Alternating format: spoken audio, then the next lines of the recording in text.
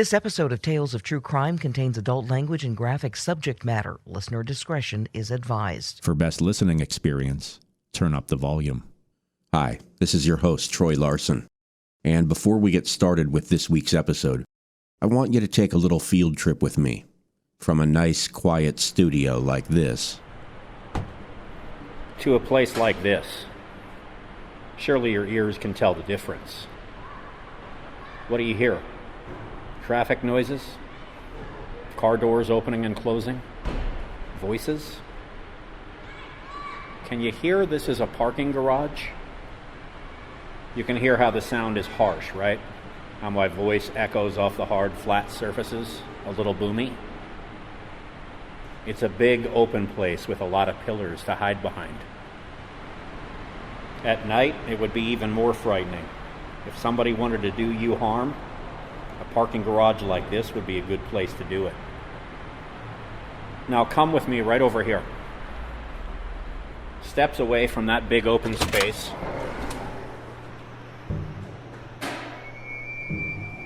There's this place. Not unusual in an everyday context. An elevator. But at night, as a young woman on her way to a late shift at work, this tight, cramped space would be a terrifying place to meet a menacing man alone. But there is usually a security guard on duty in places like this, right?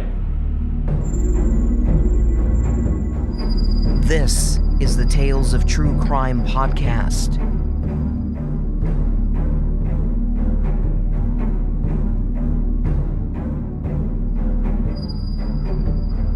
To someone who's not from Seattle, the best way to describe Seattle Center is it's the ever-evolving neighborhood where you'll find the famous Space Needle and retro-futuristic monorail, a mixed-use destination for entertainment and dining, sports, music, and business.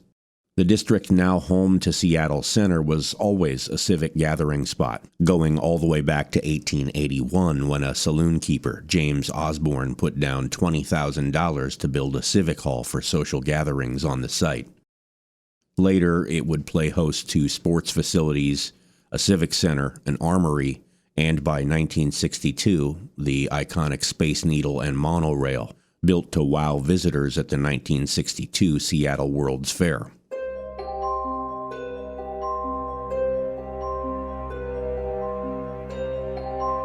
If you're unfamiliar with the concept of the World's Fair, it's because the United States largely doesn't participate in the World's Fair or the international exposition scene anymore, largely for the same reason the U.S. rarely hosts the Olympics.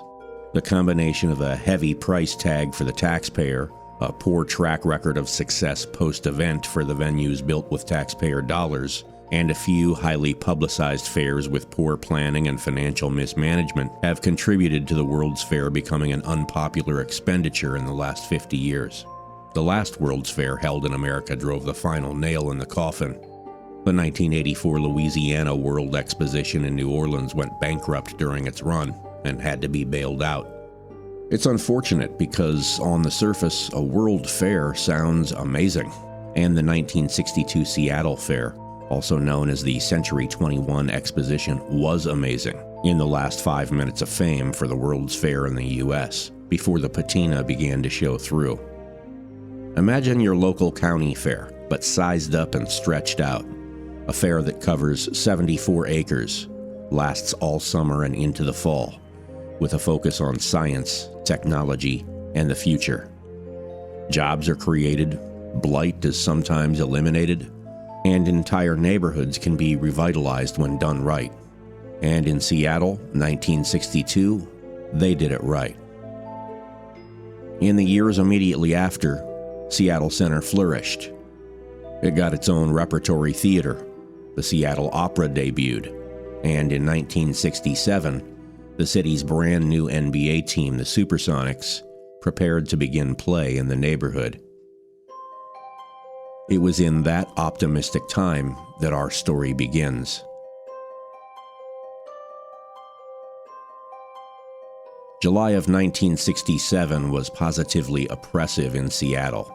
The humid climate heightened an unusually warm summer, where the cool marine breezes stayed largely offshore, and the mercury hung in the 80s or 90s most of the summer. The summer of love is, to this day, the warmest summer on record in Seattle, depending on how you measure it or who you ask. Susan Galvin was only 20 years old and worked at Seattle Center as a records clerk for the Seattle Police Department. She'd been out of her parents' house in Spokane, living on her own in Seattle for about a year. By all reports, she was a nice young woman who loved to socialize with others who worked in Seattle Center. If her photo albums are any indication, they overflowed with photos of Susan in the shadow of the Space Needle. She loved life in the neighborhood. However, on June 9th, 1967, Susan Galvin didn't make it to work for her Sunday shift, which started at midnight. We don't know exactly what was said in the office that night, because most of the people in this story are no longer with us. We just know Susan's coworkers put her down as on vacation that night. You can almost imagine the conversation. Hey, wasn't Sue supposed to work tonight? Maybe she said she was taking a vacation day? I thought she said something about that. It's the kind of conversation most of us have had at one point or another in our work life. Mix-ups happen, right? Without a thought, they marked down a vacation day for Susan and went on with their workday. However, on Monday night, Susan Galvin again failed to show up for work. You guys, Sue's on the schedule again tonight, but I haven't seen her yet. Has anybody heard from her? Susan had not communicated with anyone. An investigation followed, but another day passed without any sign of Susan. What happened to her? Where had she gone? She'd only been working for the Seattle Police Department for less than a year, but she wasn't known as the kind of person who would just take off without saying anything to anyone. We know very little about what happened for the next several days, except that everyone was looking for Susan Galvin. It was as if she had just vanished into thin air. Then, on Thursday, a grim discovery. Susan's body was found in an elevator in the parking garage at 300 Mercer Street, Seattle Center. The garage would close on Sunday night, remain closed all week until Thursday night, then reopen for the weekend. Susan Galvin had been sexually assaulted and either strangled or smothered. The record is not clear. She was left to die in the elevator on Sunday night, but her body wasn't discovered until maintenance reopened the garage on Thursday. The Spokane Chronicle reported on July 14, 1967. Headline: 2 sailors held in girl's death. 2 U.S. Navy sailors were questioned today in Seattle in connection with the slaying of a 20-year-old Seattle Police Department records clerk. The body of Susan M. Galvin, formerly of Spokane, was found in the locked elevator at the Seattle Center garage yesterday evening, the Associated Press reported. The coroner said Miss Galvin had been suffocated with an unknown object. Police said she had apparently been dead since Sunday night. The 2 sailors reportedly had been seen with Miss Galvin and another woman on Sunday. Funeral services will be held in Spokane, her mother said. The headline that the men were, quote, held would later prove to be not quite accurate. They were simply questioned. Law enforcement had nothing to hold them on. 0 evidence. Just eyewitness reports putting Susan and her friend with the 2 sailors. The men were questioned. That was all. And soon, the police had a new prime suspect.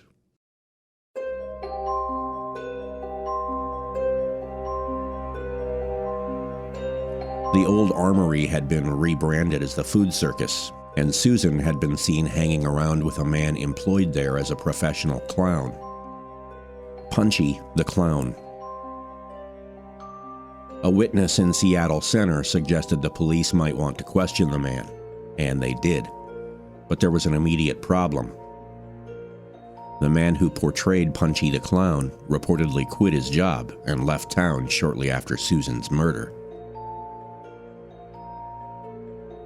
Every true crime follower is aware of the killer clown, John Wayne Gacy, the serial killer who murdered dozens of young men and buried them under his house. And in recent years, clowns have had a rough go of it. Got something of a bad rap when a batch of videos started popping up online in 2013, with scary clowns showing up on the street in unexpected places at night.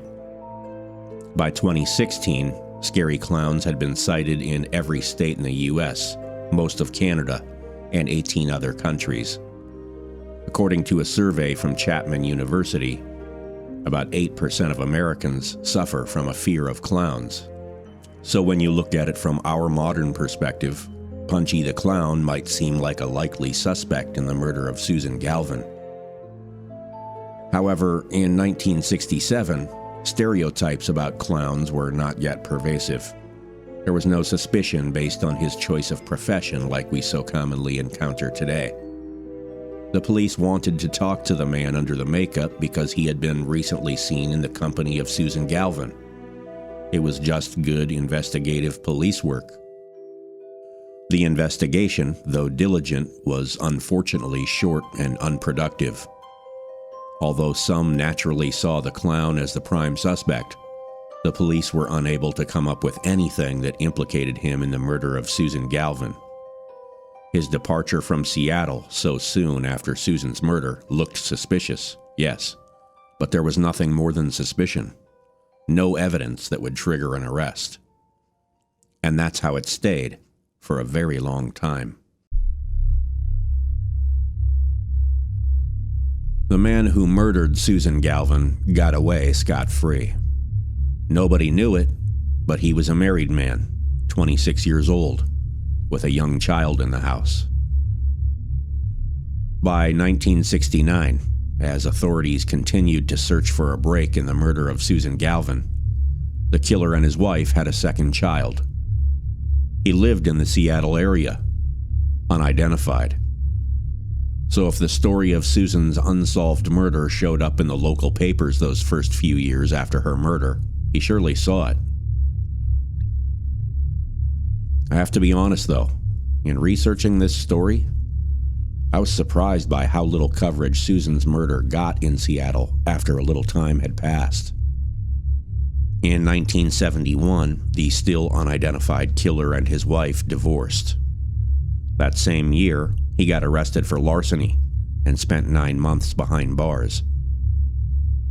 Did police miss an opportunity to make the case and keep him locked up? With today's technology, you would certainly think so. But in 1971, what did they have? We don't know exactly what evidence they collected at the scene, so it's entirely possible they didn't have anything they could use at the time. There was no DNA database that would flag an automatic match when he went to jail. We don't know if the police had fingerprint evidence in Susan's murder, but no fingerprint match was made.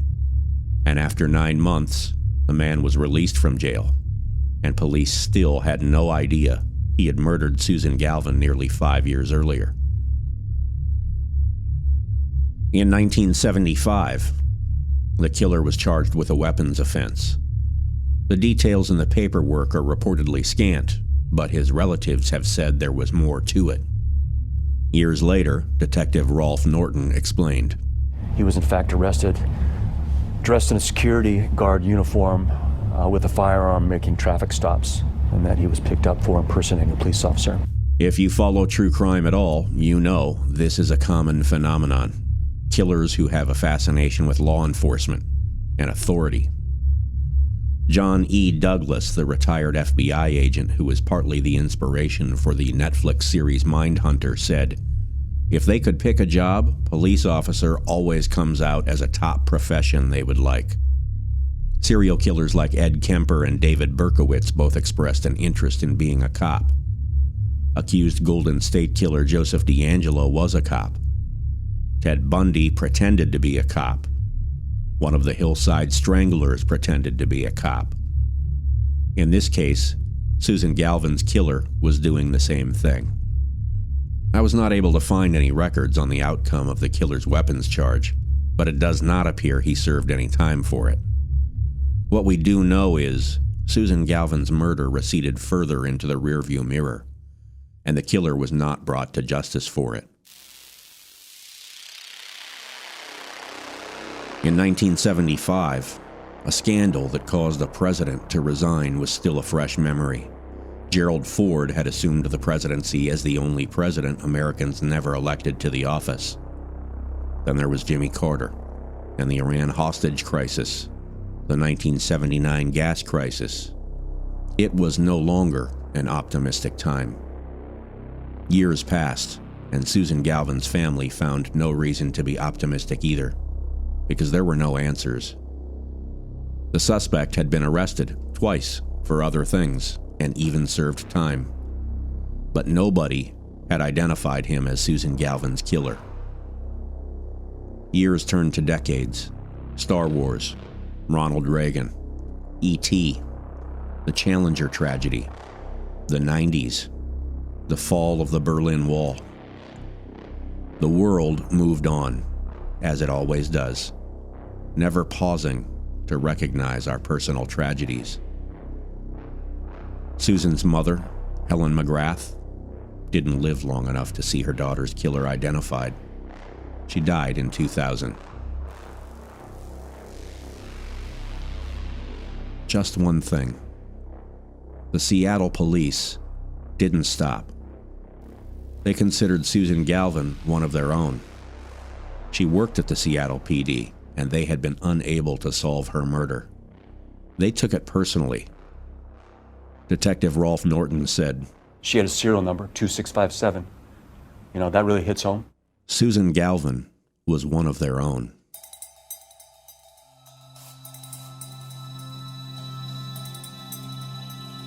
In the new millennium, law enforcement turned to DNA. The police believed they had the killer's genetic material on Susan Galvin's clothing. So in 2016, they tracked down the man who was once Punchy the Clown. He was living in Utah by that time. Many believed this was it, the chance they had been seeking to make the case against their number one suspect. They asked him for a sample of his DNA, and he cooperated. It was not a match for Susan Galvin's killer. The man who had been the prime suspect for decades was off the hook. Starting over in 2018, police submitted the killer's DNA to Parabon Nanolabs, the lab which is today responsible for providing the genealogical family tree data to solve a bunch of high-profile cold cases. Genealogist C.C. Moore analyzed the DNA for genealogical matches and came up with two people who were related to the killer, distant relatives who lived a very long time ago. Through sleuthing that can be difficult to understand for the layperson, Moore was able to trace the family trees of a man born in Kentucky in 1828 and a woman born in Missouri in 1837 to their descendant, a killer with their DNA in his body. He was related to both of them. Hits from two distant cousins related to our offender. Those two cousins were related to each other, and with that information, she was able to start work on a family tree and develop ancestral links to who our suspect was.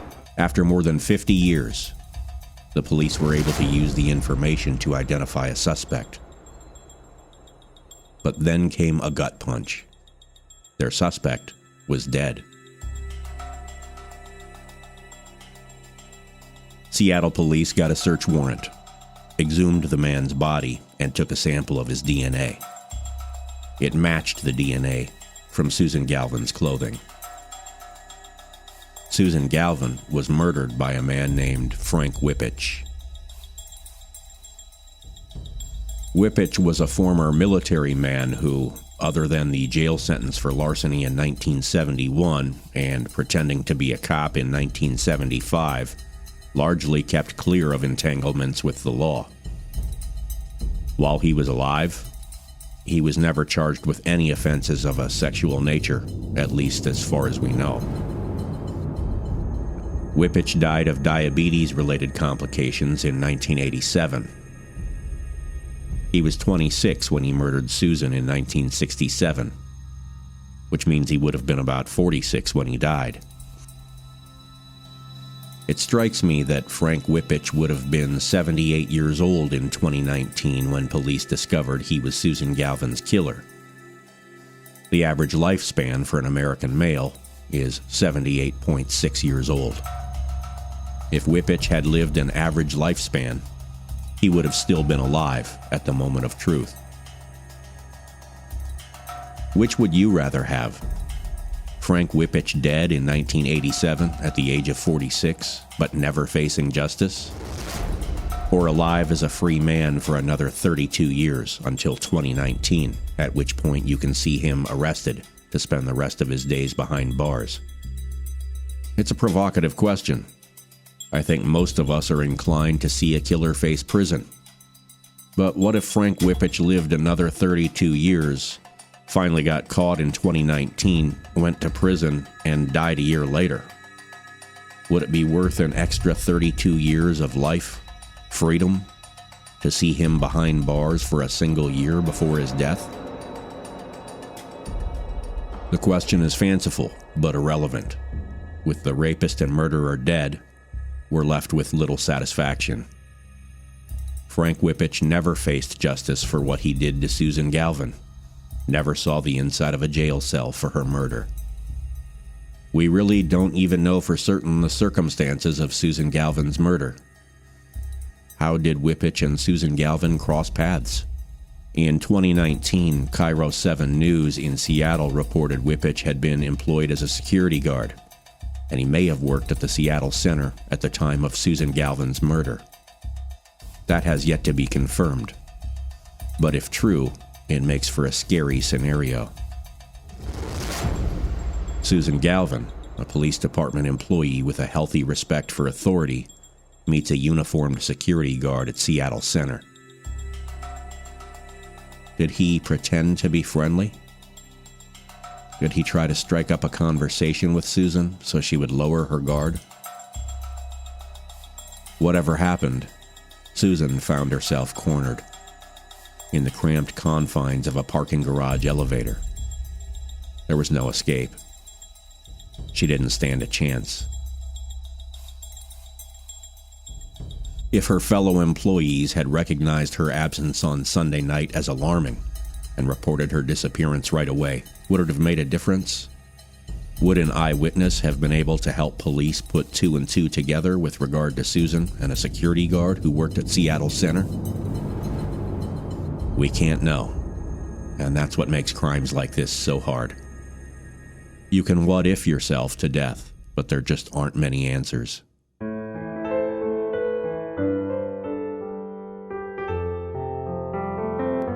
Despite the half-century wait and the death of nearly everyone involved in the case, Susan Galvin's murder was solved, and the Seattle police staged a press conference to make the announcement. Chief Carmen Best credited Detective Rolf Norton with solving the case, but none of the original detectives on the case were still alive to hear the announcement. I think everyone that worked on this case thought a lot about Susan Galvin and was hopeful that we'd come to this end. The men who originally investigated this case are no longer with us, but another generation of Seattle detectives picked up the torch and carried it forward to identify a murderer. How often does that happen? Too many times when a chief investigator dies or retires, progress on the case goes with it. But not this time. And even though Frank Whippich never faced justice, these investigators deserve to be commended because they never gave up.